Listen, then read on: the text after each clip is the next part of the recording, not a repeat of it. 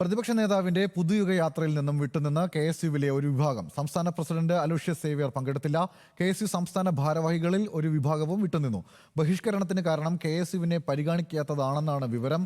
വാർത്തയുടെ വിശദാംശങ്ങളുമായി ബിനിൽ ലീല സാബു ചേരുന്നുണ്ട്. ബിനിൽ, ഇന്നലെ സംസാരിക്കുന്ന സാഹചര്യത്തിൽ, അതായത് പുതുയുഗ യാത്രയുടെ ഉദ്ഘാടന വേളയിൽ പേര് പരാമർശിച്ചില്ല എന്ന് സൂചിപ്പിച്ച് സുധാകരൻ ഇറങ്ങിപ്പോകുന്ന കാഴ്ച കണ്ടു. ഇതിപ്പോൾ KSU അലോഷ്യസ് സേവ്യറിന്റെ നേതൃത്വത്തിൽ ഒരു വിഭാഗം മാറി നിൽക്കുകയാണ്. കടുത്ത എതിർപ്പുയരാനുള്ള കാരണം എന്താണ് KSUവിന്?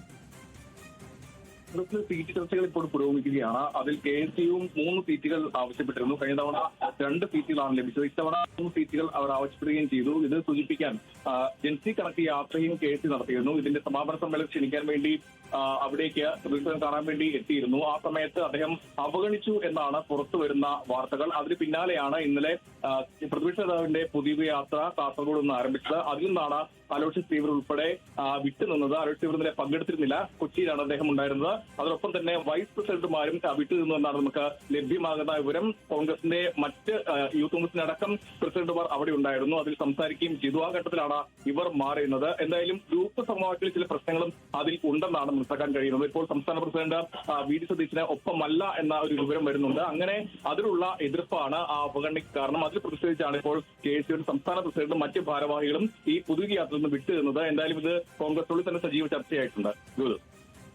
ശരി, ബിനിലാണ് വിവരങ്ങൾ നൽകിയത്.